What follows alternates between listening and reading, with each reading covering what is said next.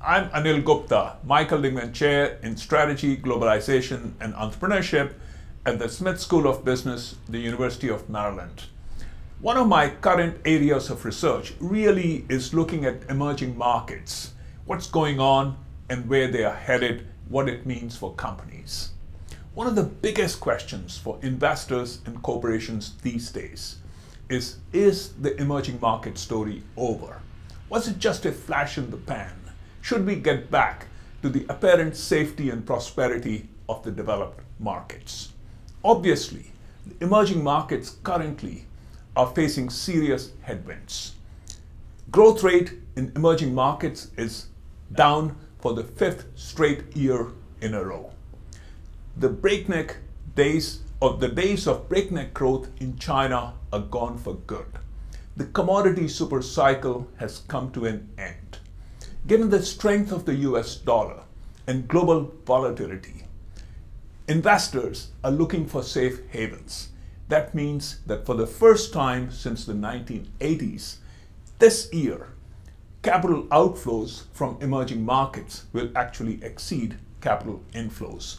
And of course, as a result of all this, the currencies of many of the emerging markets have depreciated quite significantly. It's important, however, to look at the kind of advice we would give to the casino gambler, to the weather watcher, to the Wall Street investor. We shouldn't get too carried away by current events and look at the future from the perspective of both breadth as well as history. If you look at emerging markets, back in 2000, they accounted for 21% of the world's GDP. Notwithstanding currency depreciation, the share of emerging markets in the world economy has continued to rise every year. This year, in 2015, it will be close to 40%.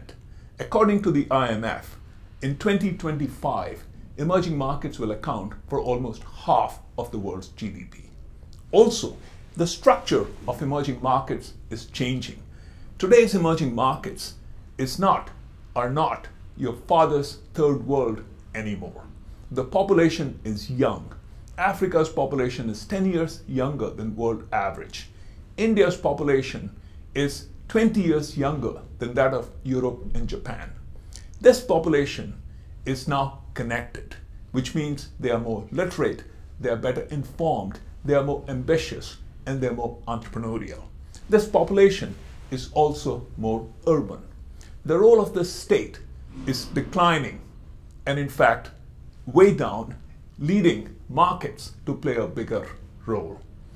Yes, infrastructure and governance continue to remain a serious challenge in many emerging markets. However, on every continent on earth, including sub-Saharan Africa, the quality of governance and the quality of infrastructure today is better than what it was 10 years back.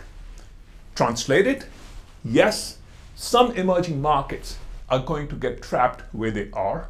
Some will move far too slowly, but in the aggregate, emerging markets are where the growth opportunities lie. If that's what your company needs, if that's what you as an investor need, you have no choice but to stay engaged with emerging markets. Are you ready for this brave new world?